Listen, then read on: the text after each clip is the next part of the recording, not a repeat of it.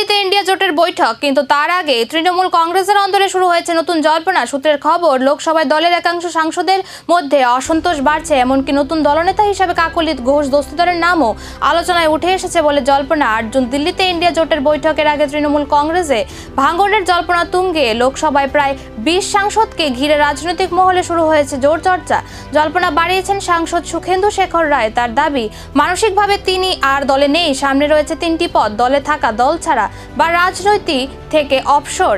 এদিকে বাবুল সুপ্রিয় বলেছেন, দলের বিরুদ্ধে গেলে সাংসদ পদ ছেড়ে দেওয়া উচিত। অন্যদিকে মহুয়া মৈত্রের দাবি, মমতা বন্দ্যোপাধ্যায়ের নেতৃত্বে দল এগিয়ে যাবে। নতুন দলনেতা হিসাবে কাকলি ঘোষ দস্তিদারের নাম নিয়ে জল্পনা চললেও তিনি এ বিষয়ে স্পষ্ট মন্তব্য করতে চাননি। আর্জুনের দিল্লি বৈঠক কি শুধু ইন্ডিয়া জোটের ভবিষ্যৎ, নাকি তৃণমূলের অন্দরের নতুন সমীকরণেরও ইঙ্গিত দেবে? রাজনৈতিক মহলের নজর এখন সেদিকেই।